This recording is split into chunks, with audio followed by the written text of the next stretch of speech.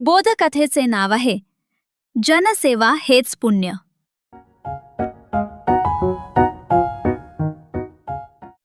एका वृद्ध स्त्रीच्या आयुष्यात एकाकीपण आले होते. पतीचे निधन होऊन बरेच वर्ष उलटून गेली होती.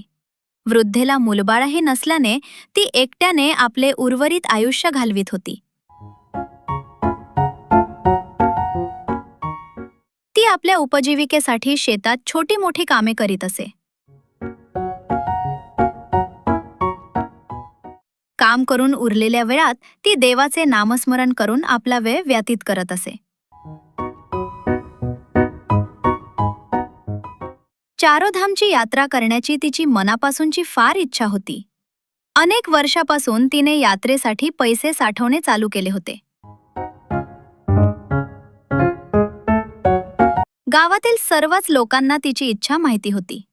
शेवटी दीर्घ प्रतीक्षेनंतर तिच्याजवळ तीर्थयात्रेपुरते पैसे गोळा झाले. तिने सामानाची बांधाबांध सुरू केली.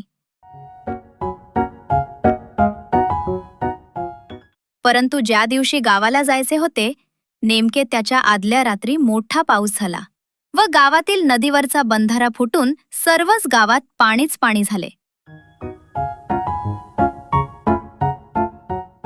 कोणाचे घर वाहून गेले, तर कुणाचे आईवडील, कुणाचा नवरा, तर कुणाची मुले, जनावरे, पैसा अडका, धान्य सारे काही वाहून गेले.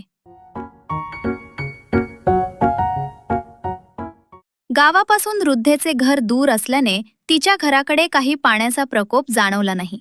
तिच्या घरातील सामानसुमान आणि पैसा सुरक्षित राहिले.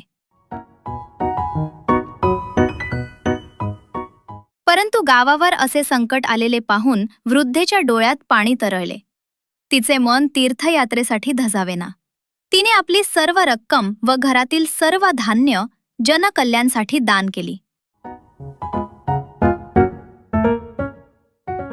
गाव पूर्ववत सावरले गेले. गावाच्या मदतीसाठी तिने केलेल्या अथक परिश्रमामुळे ती आजारी पडली व त्यातच तिचे निधन झाले. गावानेही तिच्या सन्मानार्थ एक मोठा स्तंभ उभा करून तिचे आभार व्यक्त केले. तात्पर्य: जनसेवा हीच ईश्वराची सेवा आहे.